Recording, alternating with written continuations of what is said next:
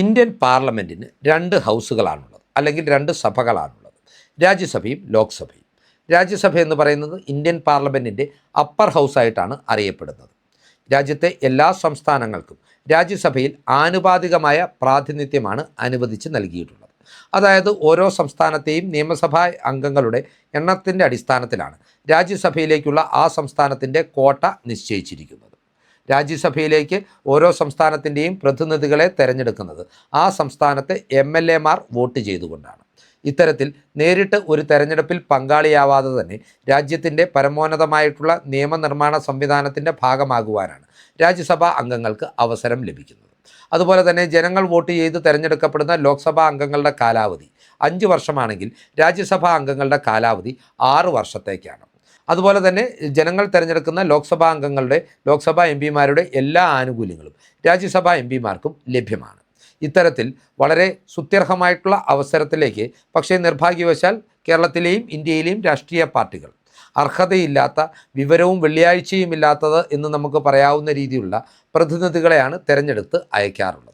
ഇത്തരത്തിൽ കേരളത്തിന് നിരന്തരം രാജ്യസഭയിലെ തൻ്റെ സാന്നിധ്യം കൊണ്ട് അവമതിപ്പുണ്ടാക്കുന്ന കേരളത്തിൻ്റെ രാജ്യസഭാ അംഗമാണ് A റഹീം എന്ന CPM-ൻ്റെ യുവ നേതാവ്. A റഹീം പാർലമെൻറ്റിൽ പ്രസംഗിക്കാൻ എണീക്കുമ്പോൾ മലയാളികൾ തലയിൽ മുണ്ടിടേണ്ട അവസ്ഥയാണ് പലപ്പോഴും ഉണ്ടായിട്ടുള്ളത്. ഇത്തവണയും പതിവ് തെറ്റിക്കാതെ തന്നെ വിഷയത്തിൽ നിന്ന് മാറി ഊളത്തരം സംസാരിച്ച A റഹീമിനെ സഭ നിയന്ത്രിച്ചിരുന്ന രാജ്യസഭയുടെ ഉപാധ്യക്ഷന്മാർ പ്രസംഗം തടസ്സപ്പെടുത്തി ആട്ടിയിറക്കുന്ന ദൃശ്യങ്ങൾ ഇപ്പോൾ പുറത്തു വരികയും മലയാളികൾക്ക് ഒന്നാകെ അപമാനകരമാകുകയും ചെയ്തിട്ടുണ്ട്. A റഹീമിൻ്റെ ഏറ്റവും പുതിയ രാജ്യസഭാ പ്രസംഗത്തെക്കുറിച്ചുള്ള വിശദാംശങ്ങൾ പ്രേക്ഷകരിലേക്ക് എത്തിക്കുവാനായിട്ടാണ് ഈ വീഡിയോ ചെയ്യുന്നത്. ഈ വീഡിയോയുടെ വിശദാംശങ്ങളിലേക്ക് കടക്കുന്നതിന് മുന്നോടിയായി പ്രിയപ്പെട്ട പ്രേക്ഷകർ കേരള സ്പീക്സിൻ്റെ യൂട്യൂബ് ചാനൽ സബ്സ്ക്രൈബ് ചെയ്ത് ഞങ്ങൾക്കുള്ള പിന്തുണ ഇനിയും തുടരണം എന്നുകൂടി അഭ്യർത്ഥിക്കുകയാണ്. ആദ്യമായി നമുക്ക് A റഹീം നടത്തിയ രാജ്യസഭാ പ്രസംഗങ്ങളുടെ പ്രസക്ത ഭാഗങ്ങൾ ഒന്ന് കേട്ടു നോക്കാം. Sir, while we are discussing the registration of deaths, I cannot help but remember more than 20 students who lost their lives following the repeated examination.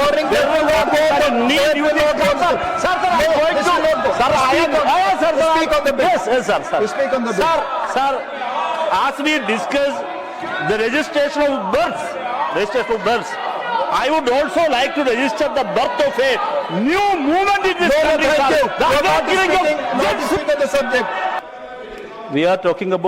We are discussing about the number of judges.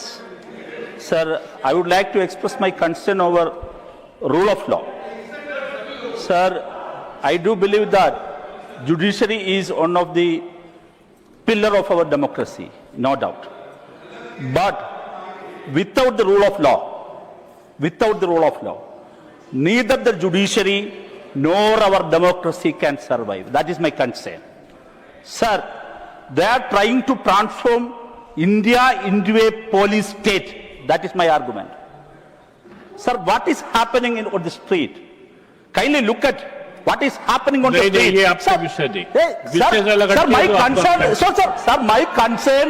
Sir, I am raising the point about rule of law. Sir, I am raising about the point of rule of law. See, AK-47 rifles have been used. Sir, just a minute, sir. Sir, I heard the government. Restore the rule of law.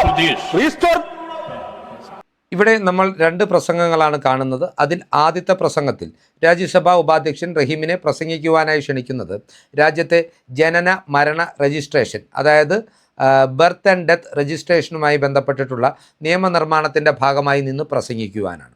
എന്നാൽ ഇവിടെ റഹീം എന്തിനെക്കുറിച്ചാണ് പ്രസംഗിക്കുന്നത്? നിയമനിർമ്മാണം നടത്തേണ്ടതും സംസാരിക്കേണ്ടതും ജനന മരണ രജിസ്ട്രേഷനെ കുറിച്ചാണെങ്കിൽ റഹീം ഇവിടെ സംസാരിക്കുന്നത് മരണത്തെക്കുറിച്ച് സംസാരിക്കുമ്പോൾ എനിക്ക് പറയാനുള്ളത് രാജ്യത്ത് നീറ്റ് പരീക്ഷാ ചോദ്യപേപ്പർ ചോർന്നതുകൊണ്ട് ജീവനൊടുക്കിയ 20 വിദ്യാർത്ഥികളെക്കുറിച്ചാണ്. അതായത് ഇതുമായി യാതൊരു ബന്ധവുമില്ലാത്ത ഒരു വിഷയത്തെക്കുറിച്ചാണ് റഹീം അവിടെ സംസാരിക്കുന്നത്. പിന്നീട് ജനനത്തെക്കുറിച്ച് സംസാരിക്കാൻ എനിക്കുണ്ട് എന്ന് പറഞ്ഞുകൊണ്ട് രാജ്യത്ത് പുതിയൊരു മൂവ്മെൻറ്റ് രൂപപ്പെട്ടിരിക്കുകയാണെന്നാണ് റഹീം പറയുന്നത്. എല്ലാ കാര്യങ്ങളും സംസാരിക്കുന്നതിന് ഒരു ഔചിത്യബോധം വേണം.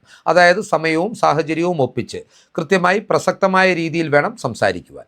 രാജ്യസഭയിൽ നിയമനിർമ്മാണവുമായി ബന്ധപ്പെട്ട് ചർച്ചകൾ നടക്കുന്നത് ജനന മനന രജിസ്ട്രേഷനെ കുറിച്ചാണ്. ജനന മരണ രജിസ്ട്രേഷനെ കുറിച്ചുള്ള ചർച്ചയിൽ ജന്തർ മന്ദറിലെ സമരത്തെക്കുറിച്ച് പ്രസംഗിക്കുന്ന എ റഹീമിൻ്റെ വിവരക്കേട് CPMന് തന്നെ ഒരു മുന്നറിയിപ്പാണ്. ഇത്തരം വിവരം കെട്ടവന്മാരെ രാജ്യസഭയിലേക്ക് തെരഞ്ഞെടുത്ത് അയച്ചാൽ അത് സംസ്ഥാനത്തിനും പാർട്ടിക്കും വലിയ അപമാനം സമ്മാനിക്കും എന്നുള്ള മുന്നറിയിപ്പ്. ഇനി രണ്ടാമത്തെ വിഷയത്തിലേക്ക് വരാം. രണ്ടാമത്തെ വിഷയത്തിലേക്ക് വരുമ്പോൾ അവിടെ എന്ത് കാര്യത്തെക്കുറിച്ച് സംസാരിക്കുവാനാണ് റഹീമിന് അവസരം ലഭിക്കുന്നത് എന്ന് ശ്രദ്ധിച്ചു നോക്കുക. സുപ്രീം കോടതിയിലെ ജഡ്ജിമാരുടെ എണ്ണം കൂട്ടുന്നതുമായി ബന്ധപ്പെട്ടിട്ടുള്ള നിയമനിർമ്മാണത്തിൻ്റെ ഭാഗമായി സംസാരിക്കുവാനാണ് അവിടെ ചെയർ നിയന്ത്രിക്കുന്ന ആൾ റഹീമിനെ ക്ഷണിക്കുന്നത്.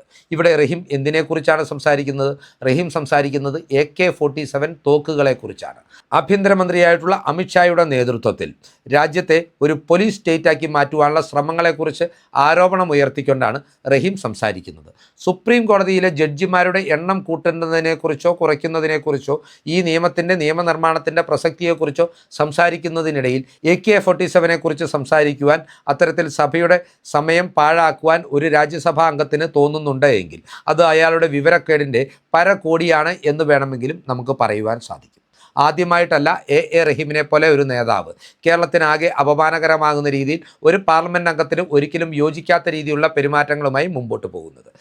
എ റഹീം തൻ്റെ മുൻഗാമികളായിട്ടുള്ള ശിവൻകുട്ടിയെയും കടകംപള്ളിയെയും കണ്ടുപഠിച്ചതുകൊണ്ടാകാം ഇത്തരത്തിൽ സഭയുടെ അന്തസ്സിന് യോജിക്കാത്ത പ്രവർത്തനങ്ങളുമായി രാജ്യസഭയിൽ കേരളത്തെ നാറ്റിച്ചുകൊണ്ട് മുൻപോട്ട് പോകുന്നത്. അതുപോലെ തന്നെ എ റഹീം എന്ന നേതാവ് മൂലം നിരന്തരമായി മലയാളികൾ ട്രോൾ ചെയ്യപ്പെടുന്ന ഒരു സാഹചര്യം രാജ്യത്ത് സംജാതമായിട്ടുണ്ട്.